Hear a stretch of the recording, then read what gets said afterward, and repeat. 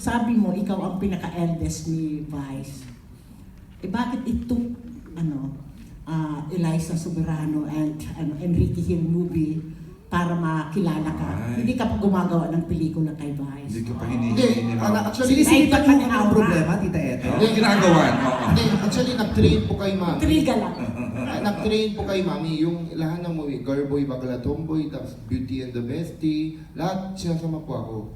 Yan, nandun po ako, tita. Wala. Problema Kaya hindi ka siya. namin napansin. Problema kasi siya lagi sa set, kaya tinatanggal siya sa movie. Oh my goodness. Kaya inaway mo, sabi ko, bakit dito sa may X and Y's nakapagbigay ka ng schedule sa mga pelikula ko, hindi. Hindi kasi... Kasi totoo, galit sa akin yung direct kasi mas busy siya sa akin. Hindi kasi tuwing December, si Mami, mga October to December, yung ginagawa ng shooting. Yung My X and Y's, January to di ba? Yeah. Pero siyempre full support din ako kay Mami. Tsaka lahat ng ginagawa ko, natutunan ko kay Mami yung paano alaga ng sarili, dapat mahalin mo muna sarili mo, yung bukod sa showbiz, tsaka sa paano buhay, paano magbabayad, lahat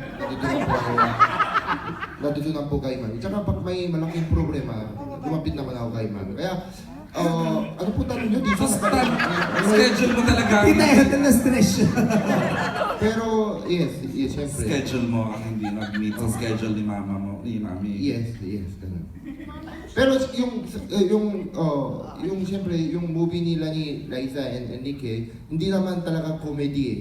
So, ako lang comedy. Pero yung siyempre, movie ni Mami, si Mami kasi pinaka-nakakatawa sa lahat. Kaya si Mami, siyempre, dapat si Mami nakashine. Tsaka movie ni Mami ko eh, di ba? Kasi feeling ko gano'n, tita. Yun po yung okay po, sagot ko, tita. Mukha naman. Tama naman, baby. We love you, Ryan. Tama